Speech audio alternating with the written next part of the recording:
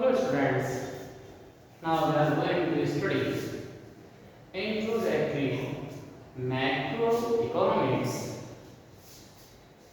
Chapter 10, Government Budget and the Economy।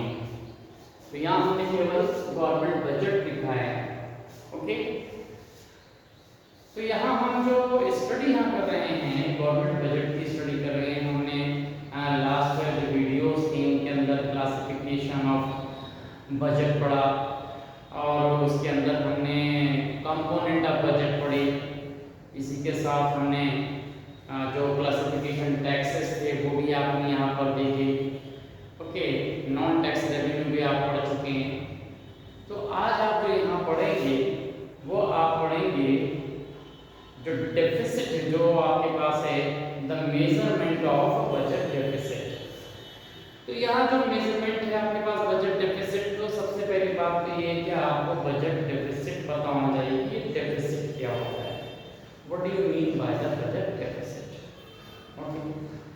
तो देखिए, अगर हम बात करते हैं बजट डेफिसिट की बात करते हैं कि डेफिसिट हमारे पास क्या है, कि हमने यहाँ पर ये एक वर्ड नोट किया कि ये डेफिसिट हमारे पास क्या है। जब हम मेजरमेंट करेंगे बजट के अंदर, तो ये डेफिसिट का मतलब आपका कमी होना हो सकता है, आप इसको कह सकते हैं कि किसी चीज का कम हो जाना या घाटा पड़ जाना, हम इसको बोल देते हैं। तो ये डेफिसिट हमारे पास कहलाता है। तो ये जो डेफिसिट का मीन आप समझ लीजिए कि जब हम बजट की बात करते हैं तो हमने एक बजट बनाया और बजट बनाने में जो हमारा एक्सपेंडिचर होता है वो जैसे ज़्यादा हो जाए तो हमारे पास इनकम नहीं होती है, तो हम कह सकते हैं कि वो इनकम हमारे पास कम पड़ गई, वही बजट डेफिसिट है। इसे हम एक एग्जाम्पल से समझ सकते हैं। हम गवर्नमेंट के बजट की बात कर सकते हैं कि जो बजट डेफिसिट है वो किस तरह से आपके पास रहता है। तो यहाँ पर देखें कि मान लीजिए कि आपका जो टोटल जो बजट जो गवर्नमेंट ने बजट बनाया, तो बजट का जो हमारे पास जो बजट एक्सपेंडिचर था, हमने यहाँ पर देखा कि जो बजट एक्सपेंडिचर है वो आपके पास कितना है। मान लीजिए कि बजट में जो एक्सपेंडिचर हमने यहाँ पर नोट किया वो आपके पास हमने नोट किया, हम इसकी वैल्यू को नोट कर लेते हैं कि ये लगभग आपके पास कितना हो गया 1, या हम ये कह सकते हैं कि ये जो वैल्यू है वो 200, यहाँ पर हम लिख देते हैं लाख करोड़, 200 लाख करोड़ रुपए का जो आपने बजट बनाया। मतलब हमने ये देखा कि देश में जो है कितना बजट हम यहाँ कितना खर्च करेंगे। तो जब हम ये देखते हैं कि कितना खर्च करेंगे तो पूरा हमने एक ईयर का प्लान बनाया और हमारा जो खर्चा बजट का आया वो करीब 200 लाख करोड़ का आया, ओके। तो ये 200 लाख करोड़ रुपए आपने खर्च तो कर लिए, लेकिन जब आपने देखा कि आपके पास इनकम कितनी है, तो इनकम जब आप देखते हैं तो जो बजट जो रेवेन्यू है हमारे पास, यहाँ बजट जब हम बात करते हैं बजट रेवेन्यू की, तो बजट रेवेन्यू हमारे पास कितना है ये आप देखें। रेवेन्यू का मीन उसके पास इनकम आपके पास कितनी है, तो इनकम हमारे पास आ रही है कितनी। यहाँ पर हमने देखा कि इनकम जो है हमारे पास आ रही है 175 लाख करोड़ की। ये देखिए लाख करोड़, 175 लाख करोड़ की आपकी इनकम है, और जबकि आपका खर्चा जो है वो है 200 लाख करोड़ का। तो इसका मतलब ये है कि आपके खर्च जो है वो पूरे नहीं हो पाएंगे, क्योंकि यह 175 लाख करोड़ का है। तो हमारे पास यही कॉन्सेप्ट समझ में आता है कि जो बजट हमने बनाया 200 लाख करोड़ का, उसके लिए हमारे पास 175 लाख करोड़ है।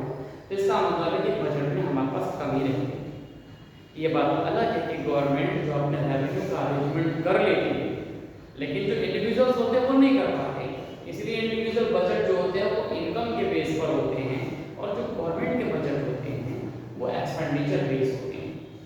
तो इसलिए गवर्नमेंट ने जो बजट बनाया वो 200 लाख करोड़ का था, इनकम उसके पास 175 लाख करोड़ की थी। तो यहाँ पर जो बजट का हमारे पास जो घाटा पड़ गया वो हमारे पास कितना हो जाएगा। अगर हम इसको कहें कि डेफिसिट यानी कमी कितनी हमारे पास आई, तो ये जो हमारे पास कमी जो होगी वो करीब आपके पास 200 लाख करोड़ में से आपने 175 लाख करोड़ रुपया माइनस किया और आपके पास आ गया 25 लाख करोड़ रुपए, जो आपके पास क्या है वो कम पड़ गए। तो ये 25 लाख करोड़ रुपया आपके पास क्या हो गया, घाटा पड़ गया, आपके बजट में इतनी कमी है। तो ये जो बजट का जो हमारे पास डेफिसिट है, इसको हम अलग अलग तरह से मेजर करते हैं। तो वही हम मेजरमेंट यहाँ पर पढ़ेंगे कि जो बजट के अंदर जो डेफिसिट्स होते हैं वो कौन कौन से होते हैं। ओके, तो उसी चीज को हम यहाँ पर यहाँ स्टडी करेंगे और वही आपके सामने यहाँ पर जो है आप लिखेंगे। तो देखिए, तो जो बजट जो डेफिसिट हैं उनमें सबसे पहले जो आपके पास बजट जो डेफिसिट का हम मेजरमेंट की बात कर रहे हैं, तो मेजरमेंट ऑफ बजट डेफिसिट, ये हमने कहा कि यहाँ पर आप क्या कर रहे हैं, ये जो आप मेजरमेंट और ये जो आप कह रहे हैं कि हमने यहाँ पर बजट डेफिसिट की हमने यहाँ बात की कि बजट डेफिसिट, तो मेजरमेंट हम यहाँ पर कर रहे हैं। तो ये मेजरमेंट में आपके पास ये दिखना है, आपके पास ये मेजरमेंट है। ओके, तो ये मेजरमेंट में आपके पास कितना आप मेजरमेंट कैसे करते हैं, कौन कौन से आपके पास मेथड हैं, वो आपके पास यहाँ पर देखते हैं। तो सबसे पहले आपके पास जो मेजरमेंट में आता है वो आता है आपके पास फिस्कल डेफिसिट। क्या आएगा आपके पास, ये आता है फिस्कल डेफिसिट।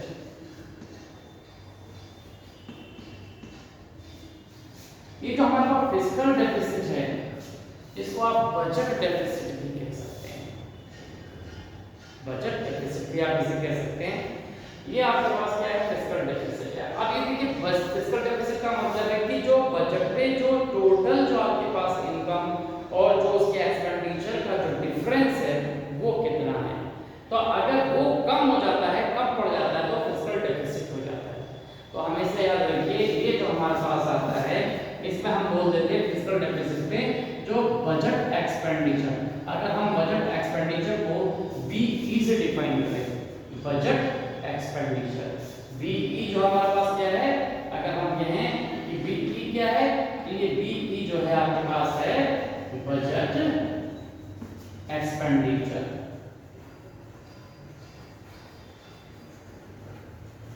ये आपके पास बजट एक्सपेंडिचर है। इसी तरह से हमारे पास क्या होता है, बी आर, तो ये क्या हो जाएगा आपके पास, इसे हम बोल देंगे बजट जो रेवेन्यू है वो आपके पास आता है बजट, ये आपके पास क्या हो जाएगा, बजट रेवेन्यू। तो हमेशा ये आपको याद रखना है कि ये आपके पास क्या हो गया, इस तरह से बीई में से टोटल जो एक्सपेंडिचर होता है बजट का एक्सपेंडिचर, वो बजट के रेवेन्यू से बीआर से क्या हो जाता है, वो ज्यादा हो जाता है। तो इस केस में हमेशा आपको याद रखना है कि बजट जो एक्सपेंडिचर है वो हमेशा क्या होगा, वो ग्रेटर होगा। कंडीशन हमेशा यही बनेगी कि budget expenditure always greater than budget revenue, या इसको कहेंगे हम बोल देते हैं total expenditure is greater than total revenue. बात वही है, ये बजट एक्सपेंडिचर कहो या आप टोटल एक्सपेंडिचर को, एक ही बात होती है। तो जो टोटल एक्सपेंडिचर है या बजट एक्सपेंडिचर है, इसमें आपके पास जो इसके कंपोनेंट होते हैं, कभी क्या होता है कि कंपोनेंट दो ही फॉर्म में लिखे हुए हैं, तो आप इन दोनों को लिख सकते हो। और अगर इसके और कंपोनेंट जैसे कि बजट एक्सपेंडिचर, तो बजट एक्सपेंडिचर में हमारे पास क्या होती है, दो चीजें और होती हैं। तो इसमें आपके पास क्या होता है, बजट एक्सपेंडिचर में अगर हम यहाँ पर देखें तो बजट एक्सपेंडिचर में दो चीजें आपके पास क्या होंगी, एक आपके पास हो जाएगा क्या, जिसे आप बोलते हैं रेवेन्यू एक्सपेंडिचर, आरई बोल देते हैं, और दूसरा जो बोलते हैं वो क्या बोल देते हैं, कैपिटल, ये कैपिटल एक्सपेंडिचर। तो ये दो चीजें आपके पास आ जाती हैं, जो हमारे पास हो जाता है इन दोनों में, ये आपके पास हो जाता है। अगर हम इन दोनों की बात करें तो ये आपके पास क्या हो जाएगा, ये बजट आपके पास हो जाएगा। इन दोनों को अगर हम मिला देते हैं, अगर हम यहाँ पर देखें तो ये जो दोनों आपके पास हैं, इन दोनों को आप क्या करते हैं, इनको प्लस कर देते हैं, तो ये आपके पास आ जाता है बजट एक्सपेंडिचर। बजट एक्सपेंडिचर में आरई मतलब रेवेन्यू एक्सपेंडिचर और सीई मतलब कैपिटल एक्सपेंडिचर। इन दोनों में से आप क्या माइनस कर देते हैं, इन दोनों में से आप माइनस कर देते हैं ये आपके पास रहता है आपका क्या, ये बजट। यहाँ पर जो आपके पास आएगा, इसकी दो कंपोनेंट आपके पास हैं, और वो कौन से कंपोनेंट होते हैं? इसमें आ जाता है बजट रेवेन्यू, और बजट रेवेन्यू में इसके दोनों कंपोनेंट आपके पास क्या हो जाएंगे? आर, और दूसरा आपके पास क्या हो जाता है? आर का मतलब क्या हो गया? रेवेन्यू रिसीट, और सी आर ये कैपिटल रिसीट। आप अगर इन दोनों को ऐड करके माइनस कर लेते हैं तब भी हमारे पास क्या आ जाता है? ये बजट डेफिसिट होता है। तो बजट डेफिसिट का मतलब ये हो गया कि बजट के अंदर जो टोटल एक्सपेंडिचर होता है वो हमेशा ज्यादा होता है और जो रेवेन्यू होता है वो आपका कम होता है। तो इस तरह से हमेशा बीई माइनस क्या होगा? BR budget revenue. या हम इसको अगर देखें तो आप इसको यहाँ पर इस तरह से ही बोल सकते हैं, और या आपके पास क्या लिख सकते हो? या आप लिख सकते हो TE total expenditure minus total revenue, इस तरह से भी आप लिख सकते हो। और इसके अंदर भी वही दो भाग आपके पास दिखाई दे जाएंगे कि दोनों हमारे पास क्या हो जाएंगे? टोटल की ये पार्ट हो गए और टोटल रेवेन्यू की ये पार्ट हो गए। तो इसे आप माइनस करके निकाल सकते हो। अगर बीआर दिया हुआ है, बीई दिया हुआ है, तब टीआर और टीआरई दिया हुआ है, दोनों का मतलब सेम है। बजट रेवेन्यू का मतलब हो गया टोटल रेवेन्यू, बजट एक्सपेंडिचर का मतलब हो गया टोटल एक्सपेंडिचर। तो ये पहले तरीका आपके पास, इसे हम बोलते हैं फिस्कल डेफिसिट। तो इसका मतलब हो गया कि total expenditure over total revenue, this is known as a budget deficit, या इसको आप क्या बोल देते हैं? Fiscal deficit. तो फिस्कल डेफिसिट भी आपके पास आ जाता है एफडी, इसको बोल देते हैं फिस्कल डेफिसिट। तो ये आपको समझ में आ गया। तो पहला जो पॉइंट हमारे पास आता है फिस्कल डेफिसिट में, आपके पास टोटल जो बजट होता है उसकी टोटल इनकम और टोटल उसके एक्सपेंडिचर का डिफरेंस। अगर एक्सपेंडिचर ज्यादा होता है तो वो बजट या फिस्कल डेफिसिट कहलाता है। तो ये चीज आपको समझ में आ गई।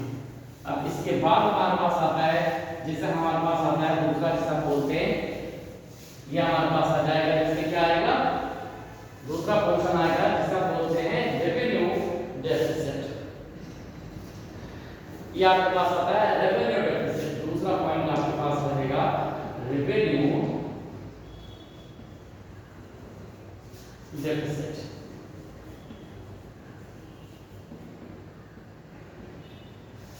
अब देखिए रेवेन्यू डेफिसिट की हमने बात की है यहाँ पर, तो रेवेन्यू डेफिसिट का मीन आप समझ लीजिए कि इसमें जो रेवेन्यू पोर्शन है, रेवेन्यू का जो पार्ट है वो बहुत ज्यादा है। तो रेवेन्यू का पार्ट का मतलब ये है कि जो रेवेन्यू होती है वो हमारे पास क्या होती है? दो तरह की होती है, एक रेवेन्यू रिसीट होगी और एक रेवेन्यू एक्सपेंडिचर होगा। तो जब रेवेन्यू डेफिसिट की बात की जाएगी तो रेवेन्यू के फॉर्म में आपको इनकम कितनी मिल रही है और रेवेन्यू के फॉर्म में आप खर्चा कितना कर रहे हैं, तो केवल रेवेन्यू वाला पोर्शन आपके पास रहेगा। तो रेवेन्यू वाला पोर्शन आपके पास रहेगा, तो इसके अंदर आपके पास क्या आ जाता है? इसमें आपके पास आ जाता है जिसे हम बोल देते हैं रेवेन्यू एक्सपेंडिचर। ये समझ लीजिए, जो रेवेन्यू एक्सपेंडिचर जो गवर्नमेंट में क्या होते हैं, रूटीन जो खर्चे होते हैं, हम उनकी बात कर रहे हैं। तो रूटीन जो आपके पास खर्चे होते हैं वो ज्यादा हो जाते हैं, यानी कि रेवेन्यू एक्सपेंडिचर में से आप माइनस कर देते हैं क्या? Revenue receipt. तो याद रखना है कि रेवेन्यू की हमारे पास बात होगी यहाँ पर, जब हम क्या करेंगे? रेवेन्यू डेफिसिट की बात करेंगे तो रेवेन्यू के फॉर्म में एक्सपेंडिचर और रेवेन्यू के फॉर्म में जो रिसीट आपके पास है, उन दोनों का डिफरेंस। और ऐसे केस में हमेशा आपको याद रखना है कि जो आपके पास क्या होता है? आर ई जो है वो हमेशा ग्रेटर होता है आर।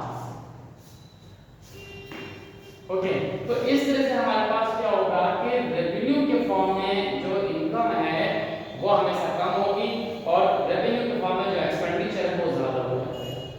अब रेवेन्यू का मतलब है कि जैसे कि सैलरी का पोर्शन है, सब्सिडी का पोर्शन है, डिफरेंट टाइप के स्टाइपेंड है, ये गवर्नमेंट जो है खर्चा ज्यादा हो रहा है इसमें, और जो उसे रेवेन्यू के फॉर्म में जो इनकम मिल रही है वो कम मिल रही है। मतलब टैक्स के फॉर्म में इनकम कम मिल रही है, नॉन टैक्स के फॉर्म में इनकम कम है, यानी non taxable income, non taxable income, और जो गवर्नमेंट की जो एंटरप्राइजेज है उनसे मिलने वाली इनकम, ये सब मिलाकर जो है वो रेवेन्यू आपके पास कहलाती है रिसीट। तो रेवेन्यू रिसीट कम है और जो रेवेन्यू एक्सपेंडिचर है वो ज्यादा है, तो इसके डिफरेंस को ही हम रेवेन्यू डेफिसिट बोलते हैं। तो ये आपको समझ में आ गया। तो तो इस तरह से जो आपके पास दूसरा जो आपका मेजर है जिसको आप बोल देते हैं रेवेन्यू डेफिसिट, ये आपके पास क्या है। ओके, अब इसके बाद जो हमारे पास आता है मेजरमेंट जिसे हम बोलते हैं, आठवीं आपके पास आता है जिसको आप बोलते हैं प्राइमरी डेफिसिट। ये आपके पास होता है प्राइमरी डेफिसिट। ये देखिए प्राइमरी डेफिसिट। अब देखिए प्राइमरी डेफिसिट के अंदर सबसे ज्यादा इंपॉर्टेंट होता है फिस्कल डेफिसिट।